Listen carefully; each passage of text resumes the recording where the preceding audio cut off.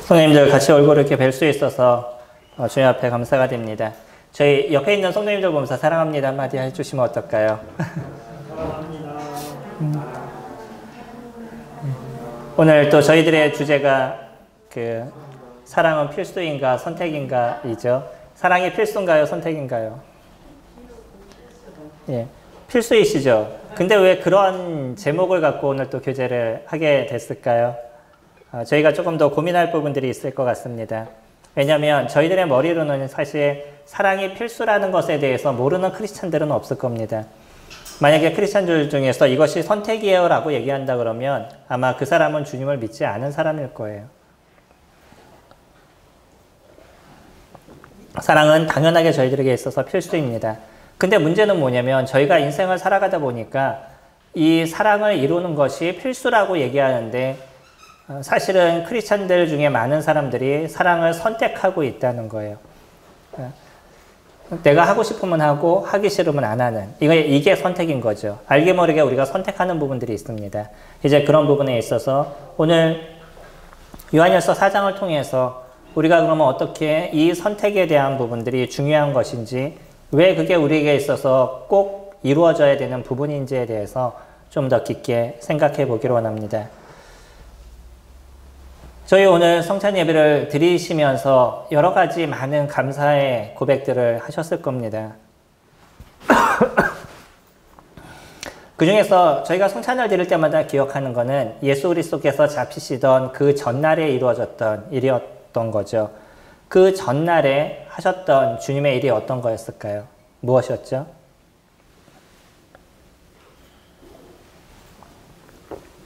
저희들의 기억에 남는 게 성찬 예배 예식. 제자들과 같이 떡과 잔을 나누시면서 이것은 내 몸이고 이것은 내 피라는 그런 아름다움의 예식을 저희들에게 보여주셨습니다. 그리고 그 전에 저희들에게 보여주신 또 하나의 사건이 있었죠. 그게 무엇이었냐면 제자들의 발을 닦는 것이었습니다.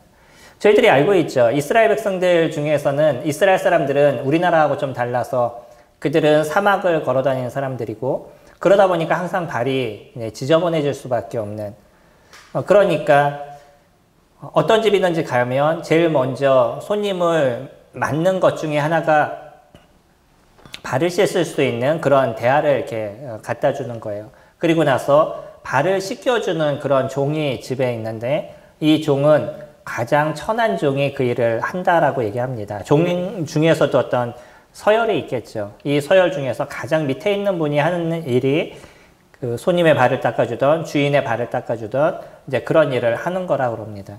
근데 예수님이 제자들하고 같이 있으면서 갑자기 발 씻을 물을 갖고 오시더니 허리에다 수건을 두르시고 제자들의 발을 씻기기 시작했어요.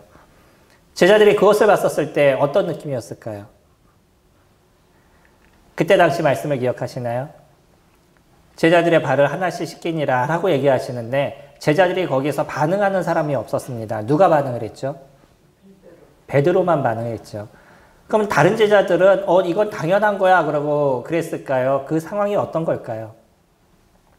저희가 생각해 보면 그때 제자들은요 순간적으로 멍해졌을 거라고 생각이 돼요. 지금 예수님이 뭐 하는 행동이지? 이게 어떤 거지? 라고 자기네 스스로가 이 갈피를 잡지 못하는 그런 모습이었던 거죠. 근데 베드로는요 주님 제 발을 절대 씻길 수 없습니다 라고 얘기하죠. 다른 사람의 발을 먼저 씻기고 자기 발을 씻기라 그럴 때 주님 저는 저의 발은 절대 씻길 수 없습니다 이렇게 표현하는. 그러면서 주님께서 하신 얘기가 뭐냐면 내가 너희들의 발을 씻겼으니 너희들도 서로 이 일을 하는 것이 마땅하다라고 이야기를 합니다. 이거는 앞으로 너희들이 살아가는 삶의 기본적인 것이 무엇인지에 대한 것을 이야기하고 계시는 거죠. 가끔 말씀을 제가 드릴 때마다 하는 얘기가 있습니다. 사랑은 감정인가요? 이성인가요? 사랑이 감정이에요? 이성이에요? 예. 그쵸. 사람들이 사랑을 생각할 때 대부분 감정으로 생각을 갖습니다. 그러다 보니까 내 마음에 뭔가 좋은 것이 들어오면 사람은 사랑하고 있다라고 느끼고요. 그런 마음이 없어지면 사랑하지 않다라고 느껴지는 거죠. 그러니까 내 마음의 감정에 따라서 사람을 사랑하는 것과 사랑하지 않는 것이 구분이 되어 나가고 있어요. 근데 주님은요, 저희들에게 사랑을 뭐라고 얘기하시냐면 사랑하라 라고 얘기하시죠. 오늘 본문을 보셔도 4장 7절에 사랑하는 자들아 우리가 서로 사랑하자. 사랑은 하나님께 속한 것이니 사랑하는 자마다 하나님으로부터 나서 하나님을 알고 라고 시작을 하고 있어요. 뭐 어떻게 하라고요? 너희가 서로 사랑하라. 제가 문단을 두 가지로 나눴는데 11절에 보시면 사랑하는 자들아 하나님이 이같이 우리를 사랑하셨은즉 우리도 서로 사랑하는 것이 마땅하도다. 이거는 저희들에게 명령으로 주셨다는 거예요. 그러면 주님이 저희들에게 사랑을 명령으로 주셨다라고 하면 이거는 감정일까요? 이성일까요? 예, 이성이 되셔야 됩니다. 사랑은요, 내가 감정이 일어나서 남을 사랑한다라고 느끼거나 내가 마음에 좋은 생각이 들었을 때 다른 사람을 도와주는 그런 일들을 이뤄가는 것이 아니라 사랑은 하나님의 명령 안에서 사랑을 이뤄가는 삶을 살아가야 된다는 거예요. 이게 크리스찬들에게 주어진 삶입니다. 왜 사람들이 사랑하기를 힘들어하냐면 감정에 치우치기 때문이에요. 남자가 여자가 만나죠. 남자와 여자가 만나는데 그 사랑이 계속적으로 이어지나요? 그러지 못하나요? 이 감정이라는 기복으로 우리가 얘기를 한다 그러면 감정은 언제든지 변해요. 하루에도 몇 번씩 변해서 남편이 사랑스럽기도 하지만 때로는 죽이고 싶을 때도 없지 않아 있죠. 소위 사람들 이제 농담으로 얘기하듯이 그 감정의 변화는 계속적으로 저희 가운데 일어나고 있는 거예요. 근데 주님은요, 우리에게 사랑하라고 얘기합니다. 그러면 우리가 어떻게 이 감정의 변화를 저희들 안에서 그것을 만들어갈 수 있냐는 거죠. 이 감정은 때로는 우리의 어떤 이성 생각으로 잘 조절이 안 되는 부분들이 없지 않아 있어요. 근데 무엇은 정확하게 조정이 되냐면 저희들의 생각, 저희들의 이성은 조정이 되는 거죠. 그렇기 때문에 이 사랑을, 이성에 기반된 사랑을 저희들이 이루면 그 속에서 감정을 만들어갈 수 있습니다. 사랑은요, 하나님께서 저희들에게 주신 명령인 거예요. 그래서 그것을 이뤄가게 됐었을 때 우리 마음에 사랑하는 마음이 생겨가는 거죠. 어떤 사람의 어려운 모습을 봤었을 때 사랑하기 때문에 그 사람을 도와주는 것이 아니라 그 사람이 어려움을 보고 도와주다 보면 그 사람에 대한 사랑이 저희들 안에 많이 싹 트는 걸 느끼시게 될 거예요. 어떤 아이가 너무나 예뻐서 아이에게 가서 아 예쁘다 하느냐 사람들도 있지만 그 아이의 그냥 있는 그 아이의 모습이 좋기 때문에 가서 그 아이를 도와주고 함께 하다 보면 그 아이와의 관계가 더 좋아지고 마음에 풍성함이 생기죠. 이게 이성의 기반인 겁니다. 그러니까 크리스천들은요, 내 마음에 좋은 것이 있었을 때 사랑을 이루는 존재들이 아니라 하나님의 명령 속에서 그것을 이뤄가게 되는 거예요. 그 속에서 우리들 안에 감정이 만들어져 가는 겁니다. 만약에 우리가 이것을 그냥 감정에 놓고서는 얘기를 하게 되면 저희는 진짜 사랑을 할 수 없는 존재가 될 것입니다. 오늘 제목을 말씀드리면서 사랑은 필수인가 선택인가라고 말씀을 드리고 있죠.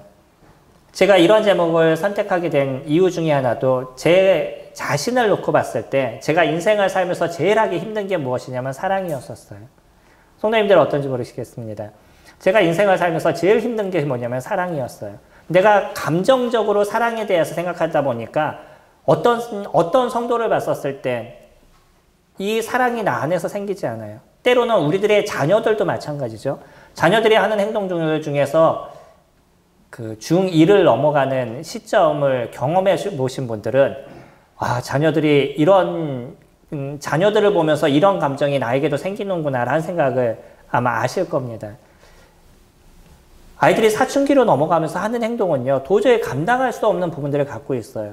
근데 그때 당시 아이들을 내가 이성적으로 이해하지 못하면 그것을 받아들일 수가 없습니다. 제가 지금 읽고 있는 책 중에서도 청소년의 사춘기에 대한, 청소년의 뇌 이야기라는 책을 제가 읽고 있는데, 청소년 당시에 아이들이 생각하고 있는 이 뇌에 대한 구조와 이 부분은 좀 다르다는 거예요. 그러니까 그 아이들이 갖고 있는 뇌의 구조, 그때 당시에 어떤 생각들, 그것을 이해하지 못하면 아이들을 이해할 수 없다는 거죠. 책을 읽으면서 이미 많이 알고 있었던 부분들도 있고 공감되는 부분들, 새로 또 배우는 부분들이 그 가운데 있는데 분명한 것은 그겁니다. 그때 당시에 그 아이들이 자기 스스로를 잘 조정하지 못하는 부분들을 갖고 있어요. 근데 어른들은 너는 이렇게 해야 돼, 이렇게 해야 돼 라고 얘기를 하는데 아이들이 움직이지 않죠. 그리고 도저히 내가 생각하는 것과는 상관없는 행동을 막 하다니까 내 마음 가운데 일어난 분과 화 같은 것, 그런 것이 저희들에게 존재하고 있어요. 이건 부모가 자녀를 봐도 동일한 모습인 거죠. 그러면 내 자녀도 살아가는 것이 너무나 어려운 거잖아요. 감정으로 우리가 얘기를 한다 그러면. 더군다나 부부는 더 심할 부분들이 있습니다. 부부는요, 서로 다른 삶을 살아왔어요. 어떤 면에서 누군가 그렇게 얘기하죠. 님이라는 글자에 점 하나 찍으면 남이 된다라고 제가 이런 말씀을 여기서 드려도 될지 모르겠지만 우리나라의 어떤 단어들 중에 그 참 잘 표현한 것이라고 생각이 돼요. 내 아내인데 이혼을 하게 되면 남이 돼버려요. 자녀는요. 어떤 상황이 돼도 내 안에 있습니다. 그러잖아요. 내 자녀라는 건 변하지 않잖아요. 근데 아내는 달라지더라고요. 완전히 남이 돼버리는 거예요. 그 정도로 다른 세상에서 사는 거죠. 다른 삶 속에서 살아왔어요. 이런 사람이 같이 모여서 살려니까 여기서 발생하고 있는 일들이 너무나 많이 생기는 거예요. 이 발생하는 문제들을 이길 수 있는 거는 하나님이 우리들 안에서 이뤄가시는 일들, 하나님께서 저희들에게 말씀하신 것들, 그 이성에 기반된, 그 하나님의 말씀에 기반된 인생을 살아가지 않으면 가정에서 부부가 하나가 된다는 것처럼 어려운 게 없습니다. 그래서 제가 인생을 살아가는 데 있어서 제일 힘들다고 느꼈던 것 중에 하나가 사랑이었었어요. 근데 아내도 그래요. 그럼 성도님들은 어떻게 했어요? 너희가 서로 사랑하라라고 얘기하신 것은 하나님께서 저에게 주신 명령이시잖아요. 그렇죠? 내가 너희들에게 새 계명을 주노니 서로 사랑하라. 이거는 예수 그리스도 그분이 우리에게 주신 새 계명이다라고 얘기할 정도로 이 사랑 안에 모든 것이 다 함축되어 있는 거예요. 그러니까 그리스도인들은 사랑하는 삶을 살아갔을 때만이 가치에 있는, 그러니까 하나님의 자녀임이 드러나는 인생이 되어진다라고 얘기하는 거죠. 근데 그것이 어떻게 만들어지겠어요? 저희들 안에서. 힘들잖아요. 그것을 감정으로 내가 생각했기 때문이에요. 내 감정으로만 생각하니까 내 감정이 좋으면 저 사람을 사랑하고 내가 감정이 안 좋으면 저 사람을 사랑하지 않다 보니까, 그러니까 분하고 화나는 마음을 끊임없이 갖고 그것을 되새김질 내 안에서 하다 보니까 점점 더 어려워져가는 문제를 저희 안에서 발견하게 되는 거죠. 근데요, 사랑은 이성입니다. 우리가 무엇에 기반된 일들을 이루어가야 되냐면 하나님께서 말씀하신 그 명령에 기반된 것을 만들어가는 거예요. 그러다 보니까 성도가 사랑스러워져 가는 거죠. 내 마음의 감정으로는 도저히 가서 얼굴을 보고 웃지 못하겠어요. 그러나 주님께서 그렇게 하라고 얘기하시니까 가서 얼굴을 보고 웃고 악수를 하고 때로는 허그를 하고 그러면서 감정이 풀리는 걸 우리 스스로가 느끼게 되는 거죠. 아무것도 아닌데 내 감정에 딱 치우쳐 있으면 아무것도 이루어지지 않는 거예요. 그렇기 때문에 주님께서는 저희들에게요. 무엇을 얘기하고 계시냐면 너희가 서로 사랑하라. 이 계명 안에 모든 것이 다 들어있다라고 얘기하는 거예요. 이 계명을 저희들이 이루면 하나님께서 얘기하신 모든 계명을 저희들이 다 이뤄가는 인생을 살아가고 있는 거죠. 8절 말씀 보시면 사랑하지 아니하는 자는 하나님을 알지 못하나니 이는 하나님은 사랑이심이라. 여기는 아주 무서운 얘기를 저희들에게 던져주고 있습니다. 뭐라고 얘기하냐면 첫 번째, 사랑을 알지 못한다는 것은요, 하나님을 알지 못한다는 거예요. 다시 얘기하면 사랑을 하지 않는다 그러면 그 사람은 하나님과 관계없는 인생을 살아가고 있는 사람이다라고 이야기를 하고 계시는 거죠. 왜 그러죠? 예수 그리스도 그분이 우리에게 보여주신 사랑, 아버지 하나님 그분이 우리에게 보여준 사랑, 그 사랑이 저희들 안에 있기 때문인 거예요. 이 사랑은 엄청난 것입니다. 이 사랑은 진정한 그 놀라운 체험을 저희들이 한 거예요. 그 화생방의 어려움에 대해서 가끔 제가 말씀을 드리죠. 화생방의 어려움이 어떤 건지 형제님들은 좀 이해하시죠? 왜 이해하셔요? 군에 가서 가스실을 들어가 봤으니까. 근데 자매님들은 이해를 못 하시죠? 안 들어가 보셨으니까 그래요. 머리로는 알 거예요. 그때 상황이 영화로도 보고 그래서 영화에서 보면 사람들이 막 힘들어하고 막 구역질하고 어떡하지 몰라서 막 그런 모습들은 영화로 봤어요. 근데 그것이 얼마만큼 힘든지에 대해서는 머리로는 이해가 되지만 아우 힘들겠다, 나 같으면 못하겠다 라고 얘기하시지만 막상 체험을 안 해봤기 때문에 그것이 얼마나 힘든지 알 수 없습니다. 근데요, 군에 가서 화생방을 들어가 봤던 분은 그 고통이 무엇인지 알아요. 저는 그것도 3번이나 들어가 봤어요. 각자 강도가 점점 심해지는, 그렇기 때문에 그 고통, 숨을 못 쉬는 고통이 어떤 건지에 대해서 아주 뼈저리게 그것을 느끼고요. 거기에다가 불을 다 꺼놨기 때문에 깜깜해요. 아무도 보이지 않는 안에 숨은 쉴 수 없어요. 나가는 공간이 어딘지도 몰라요. 이 사람이 돈다는 게 무엇인지를 느껴요. 지금도 그 트라우마가 제 마음속에 있습니다. 그때 어떤 고통, 그게 제 마음속에 아직도 남아있어요. 그만큼 힘들었던 건데 그건 체험을 통해서 알게 된 거죠. 우리가 예수 그리스도의 사랑을 한다라고 얘기하면 왜 예수님의 사랑을 아는 사람이 예수 그리스도 안에서 벗어나지 못하는 인생을 사냐면 예수 그리스도의 그 놀라우신 사랑의 체험이 내 안에 있기 때문이에요. 여기서 벗어나서는 도저히 내가 살 수 없는 것을 저희들이 알기 때문입니다.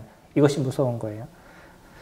사랑을 이야기하는 사람들은 얼마든지 사랑에 대해서 말할 수 있고 학문적으로 이야기할 수 있고 그 학문을 갖고 말할 수 있습니다.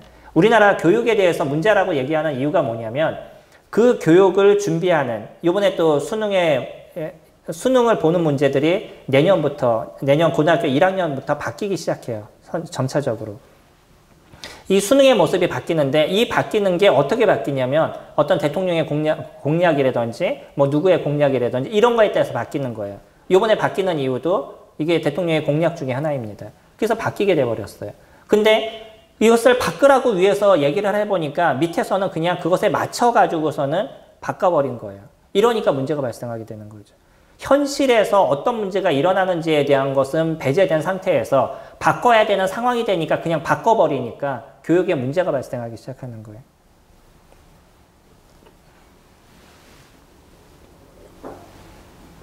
이론적으로는요. 이런 식으로 하면 잘 될 것 같아서 바꾸시는 거예요. 그분들이 그냥 바꾸는 게 아닙니다. 많은 논문이나 여러 나라의 상황이나 이런 것을 보면서 바꾸는 건데 근데 이론적으로 바뀌어버리는 거예요. 그러니까 문제가 뭐냐면 현실적인 곳에 가서는 문제가 발생하게 되는 거죠. 사랑이요. 머리로 아는 사람들은 너무나 많이 있습니다.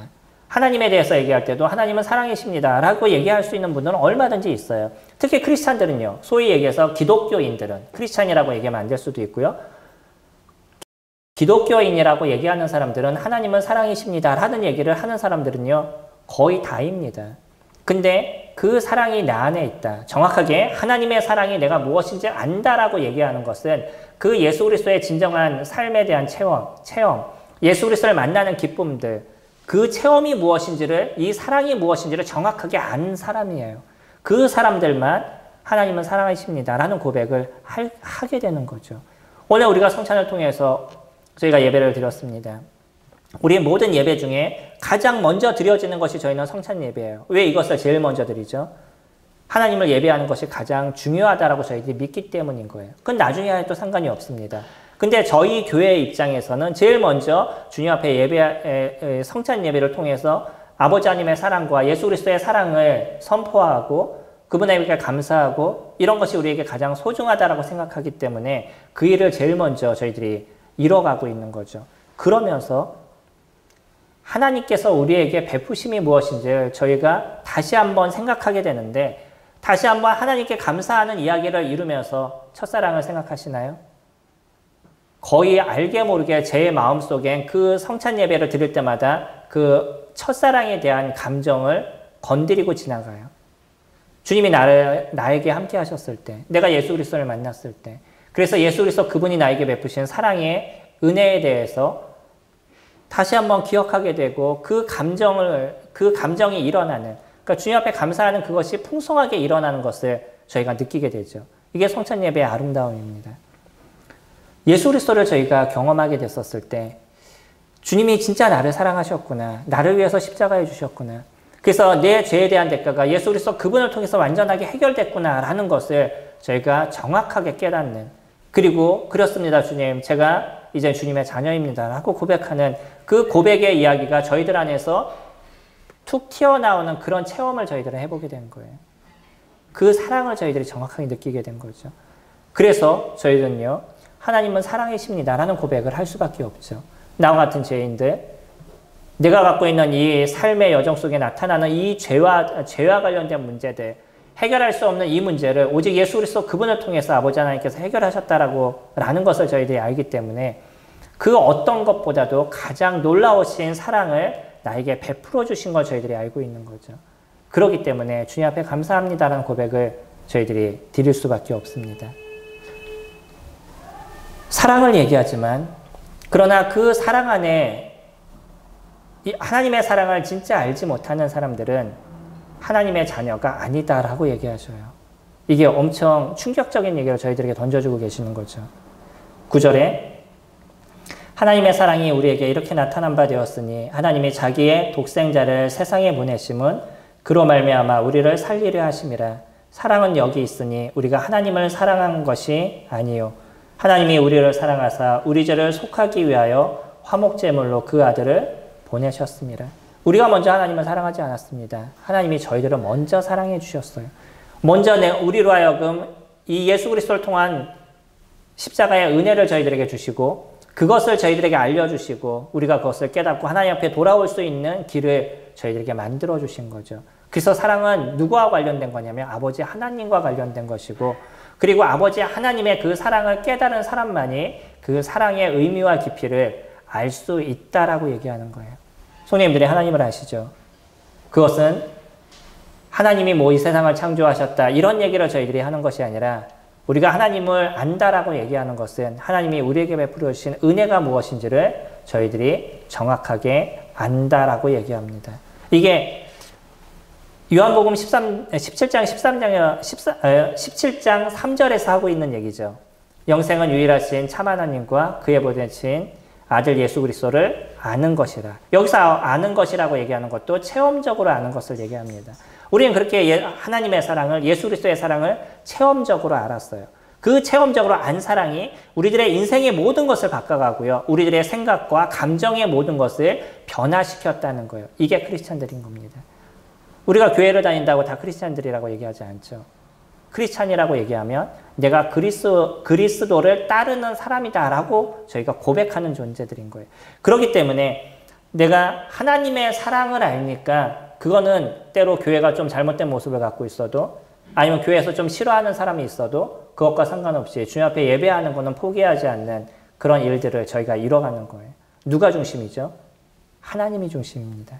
사람이 중심이 아닌 거예요. 사람이 싫어서 교회를 안 나온다라고 얘기하는 것처럼 웃긴 얘기가 없는 거예요. 정확하게 얘기하면. 그 사람은 공동체를 형성하기 위해서 교회를 나오는 것이지 하나님을 예배하기 위해서 나오는 것이 아니라는 거예요. 그것은 잊지 마시기 바랍니다. 때로는 우리들 근처에서 진짜 힘들고 나를 어렵게 하는 그러한 분들이 있을 수도 있어요. 그러나 우리들의 사랑은요. 하나님께 놓여져 있는 거예요. 하나님을 예배하는 것입니다. 그리고 그 하나님 안에서 그 사랑을 이뤄가는 일들을 저희가 만들어가고 있는 거죠. 두 번째, 11절부터 보시면 사랑하는 자들아 하나님이 이같이 우리를 사랑하셨은즉 우리도 서로 사랑하는 것이 마땅하도다. 어느 때나 하나님을 본 사람이 없으되 만일 우리가 서로 사랑하면 하나님이 우리 안에 거하시고 그의 사랑이 우리 안에 온전히 이루어졌느니라. 우리가 하나님을 본 사람이 없습니다. 근데 우리가 서로 사랑하면 우리 안에 하나님이 계신다는 증거가 나타난다는 거예요. 하나님을 보여주세요 라고 얘기하는 사람들에게 어떻게 하나님에 대해서 얘기하시겠어요? 뭐 많은 이야기들을 저희들이 할 것입니다. 근데 오늘 요한은 저희들에게 무엇을 던져주고 있냐면 너희가 살아가는 삶을 보면 근처에 있는 사람들이 하나님의 살아계심을 알아 라고 얘기하신다는 거예요. 이 서로 사랑한다는 이 자체가 이렇게 무서운 겁니다.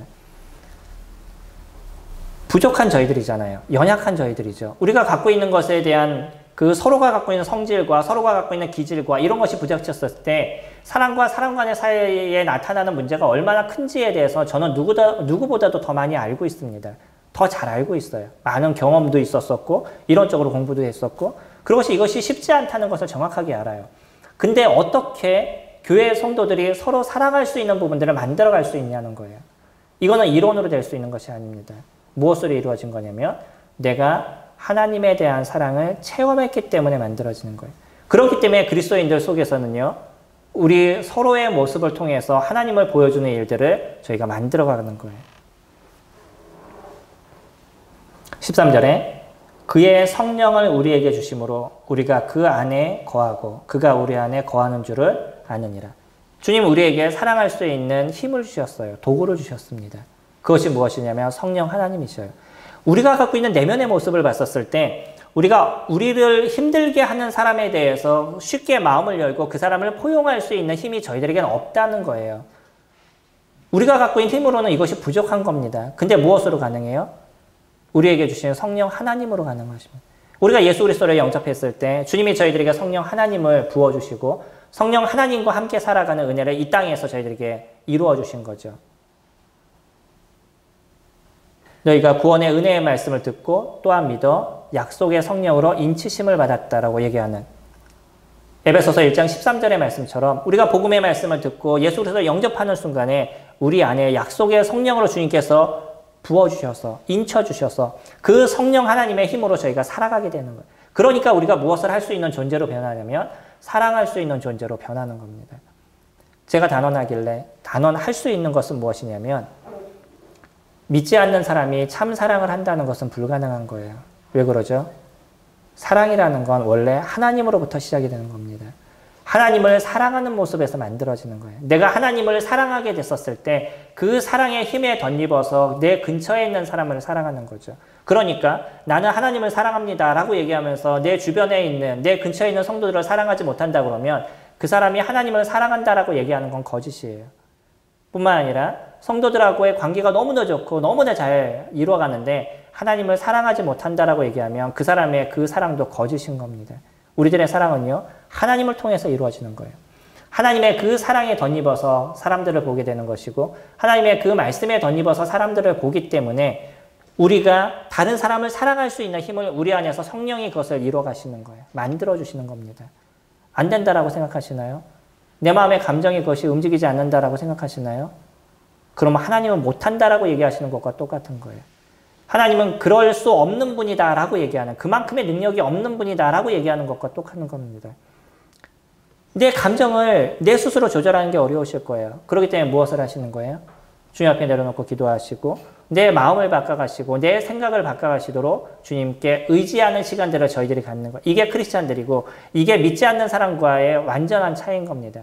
믿지 않는 사람은 감정에 따라서 움직여요. 내가 좋으면 좋고 싫으면 싫은 거고 그렇게 행동하지만 믿는 사람들은요. 예수 그리스도의 사랑과 하나님의 사랑이 나를 주관하는 인생을 사는 사람은 그 사랑에 덧입어서 주님 앞에 기도하고 의지하고 부탁하는 그런 시간들을 저희들이 가져가게 되는 거죠. 그렇기 때문에 저희가 사랑을 이룰 수 있는 부분들을 저희가 만들어 갑니다.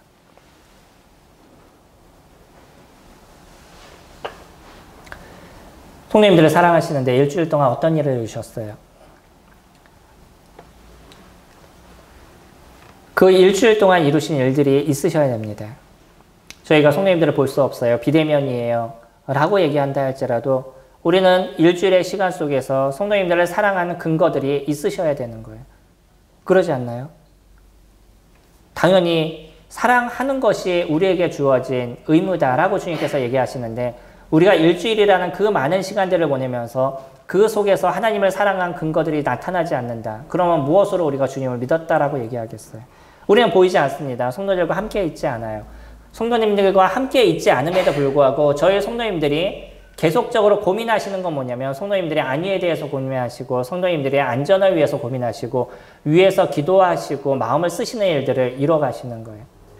그렇기 때문에 교회에 무엇이 필요하다라고 생각하니까 자기 시간과 자기 물질을 투자해서 무엇인가 조금 더 좋아지고 다른 성도님들이 듣기에 나은 부분들을 만들기 위해서 수고해 나가는 거예요. 조금 더 성도님들에게 온전한 메시지를 전하기 위해서 고민하고 생각하는 일들을 이뤄가는 거예요. 이 모든 게 다 어디에서 기반이 되는 거예요? 하나님의 사랑 안에서 기반이 되는 겁니다. 그 일들이 성도님들 안에서 매일마다 이루어지시는 거예요. 하루를 보내면서 성도님들의 생각을 한 번도 안 해보신 적 있으시나요? 일주일을 한번 생각해 보시면요. 하루를 보내실 때 일주일 동안 7일이죠. 7일을 보내셨는데 이 7일의 기간 동안에 내가 성도들을 한 번도 생각해 보지 않았어요. 라고 이야기하시는 분 계시나요? 이거 문제가 있으신 겁니다. 그렇죠? 저희는 저희가 원하든 원치 않든 계속 성도님들에 대한 생각이 저희 머릿속에 계속적으로 왔다 갔다 해요. 때로는 뭐 전화를 드리지도 못하고 어떨 땐 기도를 못하는 부분들이 우리에게 있다 할지라도 여전히 교회를 생각하고 성도를 생각하는 부분들이 저희들 안에서 계속적으로 만들어져 갑니다. 이게 우리 안에 일어나는 사랑의 그 씨앗들인 거예요. 그런 것들을 우리가 이제 어떻게 더 아름답게 만들어가느냐. 이게 저희에게 놓여진 일들인 거죠. 분명한 것이 있습니다. 사랑은 하나님께 속한 거예요. 하나님을 알지 못하면 저희가 사랑을 알지 못합니다. 그리고 또 우리가 사랑하지 않는다는 것은 하나님 안에 있지 않다라는 거예요. 거꾸로 얘기하면 우리가 하나님 안에 있다라는 것은 사랑하는 삶을 이뤄가는 존재인 거죠. 이건 행동으로 드러나는 겁니다. 내가 내 안에 있는 것들을 이 너무나 좋고 너무나 아름다운 것들을 얘기하지 않을 사람이 어디 있겠어요? 나에게 있어서 가장 좋은 게 있어요. 막 그럼 얘기하지 못해가지고 안절부절하지 못하나요? 못하지 않나요? 아무리 과묵한 사람이라도 내가 진짜 좋은 것이 있으면 어떤 상황과 어떤 모습이 됐을 때 어떻게 내가 이것을 이야기할까라고 생각하는 게 우리 뇌의 구조입니다. 어떻게든 그것을 말하고 싶어 해요. 당연히 우리는요. 예수 그리스도를 이야기하는 이유가 어디에 있겠어요? 예수 그리스도 그분이 나에게 있어서 너무나 좋기 때문에 예수 그리스도의 사랑이 나를 붙잡고 계시기 때문에 이 사랑의 그 좋은 것과 귀한 것들 나를 이끌어 가신 그 하나님의 놀라우심들 그것에 대해서 계속적으로 얘기할 수밖에 없는 게 저희들의 모습인 거죠. 이게 크리스찬들의 모습인 거죠. 이제 우리는요. 여기에서 조금 더 변화하는 모습들을 가져야 될 필요가 있을 겁니다. 제가 사랑은 이성이라고 말씀을 드렸죠. 그렇다 그러면 이 이성에 그러니까 하나님의 말씀에 기반된 사랑을 만들어 가셔야 되는데 모든 것이 온전해져 가는 것은 훈련을 통해서 이루어져 갑니다. 내 감정이 좋기 때문에 그것이 만들어져 가지 않아요. 이런 생각을 갖고 계시면 당장 버리셔야 됩니다. 내가 마음이 풍성해지고 영적으로 좋아지면 이런 일들을 할 거예요 라고 생각하신 분이 계신다 그러면 당장에 그 생각을 버리셔야 돼요. 이거는 만들어 가셔야 되고 이루어 가셔야 되는 거예요. 왜냐하면 우리에게 주어진 명령이기 때문인 거예요. 이 명령의 일들을 한 발씩 한 발씩 만들어 갔었을 때 우리들의 감정이 좋아져 가는 거예요. 감정이 좋아졌었을 때 그 일을 이뤄가는 게 아니고요. 발을 뛰시기 바랍니다. 그 발을 뛰는 일들을 이뤄 가셨을 때 교회가 분위기가 변하고 우리들의 감정의 모습들이 변하게 될 거예요. 이번에 얘기를 듣는 중에 어떤 구도자분하고 교제하셨던 성도님의 이야기를 들었습니다. 네, 이 구도자분이 뭐라고 얘기를 하시냐면 교회를 얘기하실 때 교회 다니는 사람들은 자기 죄가 없다고 너무 건방져 이렇게 얘기하신다는 거예요. 공감하시나요? 많은 사람들이 교회를 다닌다. 제가 말씀드린 건 교회를 다닌다는 사람입니다. 교회를 다닌다는 사람들이 그 사람이 교회를 다닌다라고 얘기하지만 하나님의 사랑을 나타내지 않고 있다는 거예요. 그냥 나는 천국에 갈 수 있어라는 그 얘기만 할 줄 알지 그 사람이 진짜 그 섬김과 수고의 모습들이 나타나지 않는 거죠. 사랑은요. 수고가 있는 겁니다. 사랑은 섬김이 있는 거예요. 자기의 희생이 있는 겁니다. 내가 갖고 있는 것을 희생하지 않고 그것이 물질이든 시간이든 아니면 힘이든 내가 갖고 있는 걸 희생하지 않으면서 내가 사랑할 수 있다라고 얘기하시는 것은 거짓인 거예요. 우리는 무엇인가를 희생합니다. 사랑은 희생해서 나타나는 것이에요. 예수 그리스도도 우리에게 사랑을 보여주실 때 자신의 몸을 희생하셨어요. 그것이 가장 큰 사랑이라고 저희들에게 말씀하셨죠.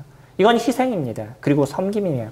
그래서 예수 그리스도의 그분께서 주님의 나라로 가시기 전에 맨날 싸우고 있는 제자들, 누가 서로 높으냐 얘기하고 있는 이 제자들을 향해서 하신 일이 무엇이냐면 그들의 발을 닦아주시는 거였어요. 섬기는 거였습니다. 우리들의 사랑은 거기서 나타난 겁니다. 희생과 섬김에 대한 모습들. 우리들 안에 사랑이 있다 그러면 아마 그분과 같은 얘기를 듣지 않을 겁니다. 우리들 안에 하나님이 있다 그러면 아마 우리에게서 그와 같은 분 얘기를 듣지 않을 거예요. 그들은 건방져라고 얘기하는 섬김의 모습이 그에게 없는 것이고 희생의 모습이 그에게 없었다는 거죠. 저희들의 교회가 조금씩 이제 대면 예배로 변화하고 있습니다. 이 변화하는 예배 속에서 우리의 어떤 사랑의 실천도 조금씩 변하셨으면 좋겠습니다. 오늘 오니까 제가 너무나 좋았던 것이 있어요. 무엇인지 아시나요? 성도님들 오시면서 오늘 제일 좋았던 게 무엇이죠? 제가 보면서 너무나 마음이 흐뭇했던 게 한 가지 있었습니다. 너무나 반갑게 인사하시더라고요. 오랜만에 보시니까.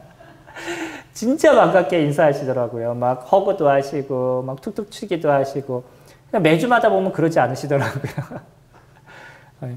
저희들이 할 수 있는 첫 번째가 있을 겁니다. 그게 뭐냐면, 오시면 성도님들 다니면서 인사하셔요. 다른 사람이 나에게 와서 인사해 주길 바라지 마시고요. 다니시면서 인사하셔서 우리 성도들이 그렇게 많지 않잖아요. 성도님들 충분하게 우리가 인사할 수 있는 그런 구성원들로 저희들이 되어져 있기 때문에 다니시면서 모든 성도들과 꼭 한 번의 인사를 이루어 가셔요. 우리는 충분히 가능한 겁니다. 근데 누군가 나에게 인사해 주길 원해서 그 자리에 앉아 있는, 그래서 누군가 나에게 인사하지 않아, 이런 얘기는 이제 안 하시면 좋을 것 같습니다. 다니시면서 인사하셔요. 이거는 나이하고도 상관이 없을 겁니다. 물론 다리가 아프셔서 움직이지 못하시는 모치님들에게 제가 말씀드린 건 아니지만 내가 움직일 수 있고 그렇다고 그러면 충분히 다니시면서 인사하실 수 있는 부분들이 있지 않으실까요? 이것이 우리들에게 사랑을 만들어주는 거예요. 뭔가 행동이 있어야 되는 거죠. 이런 행동이 없으면 우리들 안에서 사랑이 피어나지 않습니다. 다니시면서 인사하셔요. 그리고 반갑게 인사하시고 이런 것을 통해서 우리들의 모습이 조금씩 변화하게 될 겁니다. 어떤 분이 얘기하는 이야기 중에 이런 얘기를 하셨어요.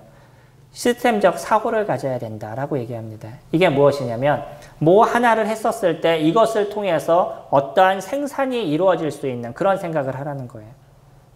간혹 집에서 분리수거를 하시더라도 그냥 이걸 버려야지만 이렇게 분리수거해야지만 사람들이 그냥 이 쓰레기를 가져가 그래서 분리수거 하시는 것이 아니라 이 분리수거를 하실 때 이거를 통해서 환경이 변할 것을 생각하시면서 이 지구의 환경을 생각하시면서 온전한 분리수거가 무엇인지 생각하시면서 하시라는 거예요. 이 아주 작은 행동입니다. 내가 어떤 하는 행동 하나가 이것을 통해서 어떠한 결과가 나타날 건가를 생각하시면서 하시라는 거예요. 그러면은 많은 부분에서 우리들의 행동이 변하게 될 거고요. 우리들의 말이 변할 것이고 우리들의 생각이 변하게 될 겁니다. 이게 시스템적 사고라고 이야기를 하고 있어요. 어떤 버릴 만한 물건이 있는데 이거를 어떻게 해서 다시 재활용할 수 있을까? 그래서 그냥 쓰레기에 버려질 수 있는 것도 그것을 나무 밑에 거름을 줄 수 있다면 거름은 다시 나무를 키워가고 이 나무는 다시 우리에게 공기를 주고 자기의 몸을 주어서 우리가 땔감으로 쓰든지 아니면 의자를 만들든지 이런 어떤 새로운 것을 창출해 나가는 거죠. 우리가 할 수 있는 어떤 행동을 통해서 이런 새로운 것들이 끊임없이 창출돼 나갈 것입니다. 그것이 무엇일까요? 이게 사랑일 거예요. 성령님들이 움직이시는 그 하나들, 성령님들이 생각하시는 그 하나하나들, 내가 쓰는 물질의 그 하나하나를 생각하시면서 우리가 쓸 수 있다 그러면 이것이 어떤 누군가에게는 사랑으로서 나타나게 될 것입니다. 주님은 저희들에게 그렇게 얘기하십니다. 저희 16절 말씀 같이 보시겠습니다. 하나님이 우리를 사랑하시는 사랑을 우리가 알고 믿었느니 하나님은 사랑이시라. 사랑 안에 거하는 자는 하나님 안에 거하고 하나님도 그의 안에 거하느니라.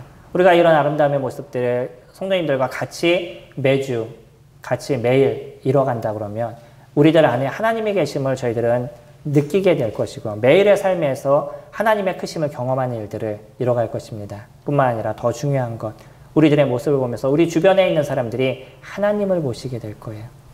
이것이 무엇이냐면 사랑이다 라고 이야기합니다. 저희들이 다시 이루어지는 이 예배를 통해서 하나님을 사랑하고 우리 주변에 있는 사람들을, 우리 성도님들을 사랑하는 저와 성도님들이 되시기를 소망합니다.